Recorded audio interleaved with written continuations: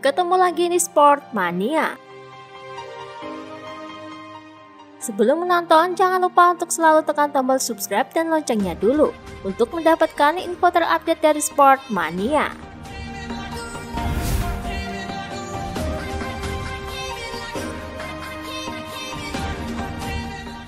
Dikutip dari Tuttomotor.web, Quartararo menyatakan bahwa setiap ia melintas di tikungan 9 sirkuit Mugello, ia teringat pada mendiang Jason Dupasquier. Ia pun mendedikasikan kemenangannya pada putaran ke-6 MotoGP musim 2021 untuk mendiang Dupasquier. Ia juga mengaku sulit berkonsentrasi saat balapan. Balapan hari ini aneh dan penuh emosi. Tidaklah mudah memulai balapan setelah mengheningkan cipta selama 1 menit itu. Dan setiap kali saya melintasi tikungan 9, saya teringat Jason. Rasanya campur aduk. Kami menang, tapi kami kehilangan seorang teman. Itu tidak mudah. Di satu sisi kami senang, tapi di sisi lain kami jelas merasa sedih, ucap Quartararo.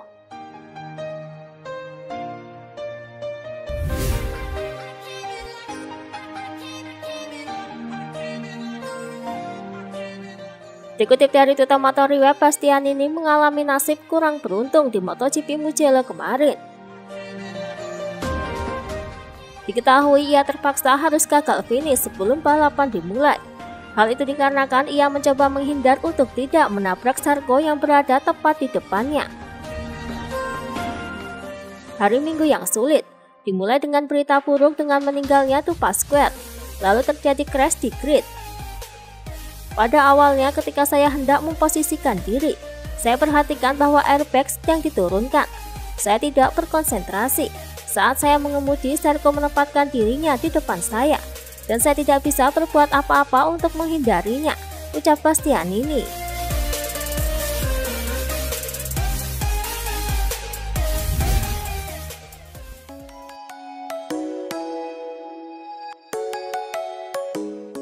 Dikutip dari GP1, Rossi turut berbelasungkawa atas meninggalnya pembalap Moto3 Jason Dupasquier. Walau begitu, ia merasa tidak melakoni balapan bukanlah jawaban terbaik atas kesedihannya melihat Dupasquier meninggal dunia. Rossi merasa apapun yang dilakukan takkan bisa mengembalikan Dupasquier. Saya turut berbelasungkawa untuk keluarga Jason Dupasquier, timnya dan juga teman-temannya. Ketika hal-hal ini terjadi, sulit untuk menemukan kemauan untuk balapan. Karena Anda mempertanyakan apa gunanya balapan. Tapi sayangnya Anda juga bertanya apa sih pengertian jika kami tidak balapan. Anda tidak dapat mengubah apa yang terjadi. Saya merasa sangat sulit untuk memakai helm dan berkonsentrasi pada balapan hari ini, ucap Rossi. Selain Rossi, Bagnaia mengaku sebenarnya tak mau menjalani balapan setelah mendengar kabar dukacita tersebut. Karena hal itu tentu saja memberi duka mendalam untuk seluruh pihak di sana. Ia pun sempat menyatakan kepada pihak di timnya bahwa ia tidak mau menjalani balapan, tetapi semua keinginannya tak bisa dilakukan. Saya tidak ingin berbicara tentang balapan dalam hal apapun, finish pertama atau terakhir, tidak ada yang berubah. Yang tidak dapat saya terima adalah kami berlomba. Saya pikir kami seharusnya tidak melakukannya, ucap Bagnaia.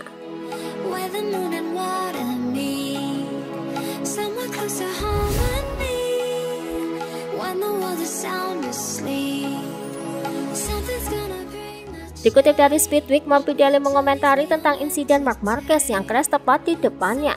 Untungnya ia bisa menghindarinya sehingga tidak menabrak Marquez. Namun sayang sekali ia gagal mendulang poin. Ia pun berujar terkadang hidup itu penuh dengan kesialan. Saya mengalami masalah ini di tikungan ketiga, dan dengan demikian saya kehilangan kesempatan untuk bertahan lebih lama di tengah kerumunan para pembalap. Ini pahit, tapi itu bukan hal terpenting di hari seperti ini, ucap Morbidelli.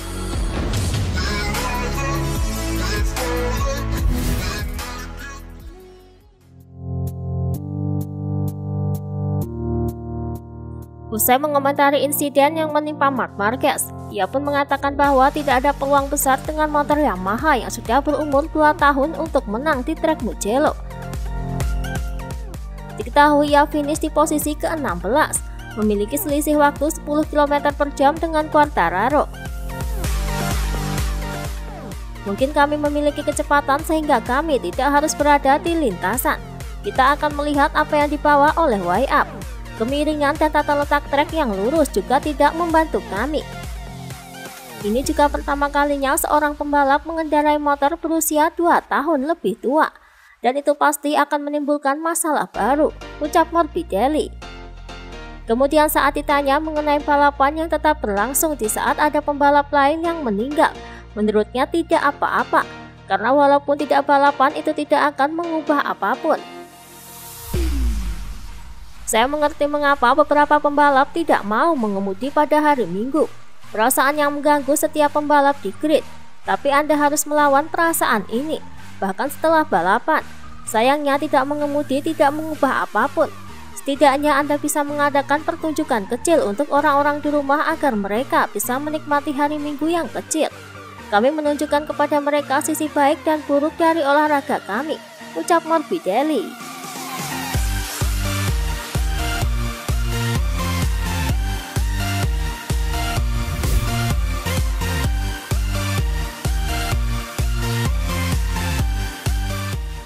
Dikutip dari Motosan, Marc Marquez gagal menyelesaikan balapannya di MotoGP Italia.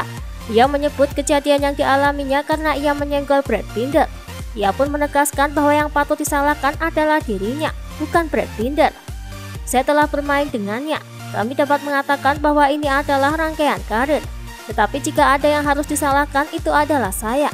Dia datang dari belakang. Saya mencoba menyalipnya di tikungan 2.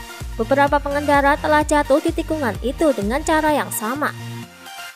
Tetapi ketika kami melakukan perubahan, saya pergi ke satu sisi dan ke arah yang lain. Itu tertutup di depan saya. Tapi untungnya saya jatuh sendiri.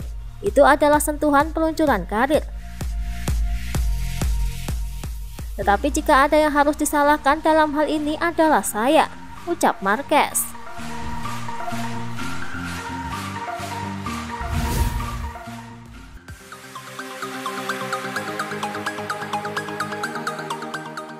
Dikutip dari GP1, bos Pramac Racing Francisco Guidotti melayangkan protes pada Race Direction mengenai kemenangan Miguel dan Joan Mir yang menurutnya tidak sah. Dikarenakan keduanya terlihat melanggar track limit dan seharusnya yang naik podium adalah Zarco yang berada di posisi keempat. Sebenarnya dalam hal ini tidak diterapkan dan menurut saya memang demikian karena Oliveira dan Joan Mir mendapatkan podium dari 23 lap. Bukan di lap terakhir dengan naik bahkan 10 cm ke zona hijau. Itu benar bahwa saya meminta penjelasan karena situasi ini bisa terjadi lagi dengan kami di masa depan. Interpretasinya adalah bahwa Joan Mir dan Oliveira pergi ke zona hijau pada tikungan 5, jadi tidak di sektor terakhir. Dan Zarco pada saat itu tertinggal 7/10 detik. Jika ia lebih rendah mereka akan turun tangan, ucap Guidotti.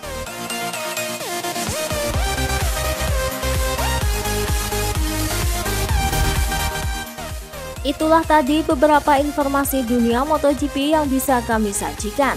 Terima kasih telah menonton video ini. Selalu ikuti informasi MotoGP kami lainnya. Salam Sport Mania.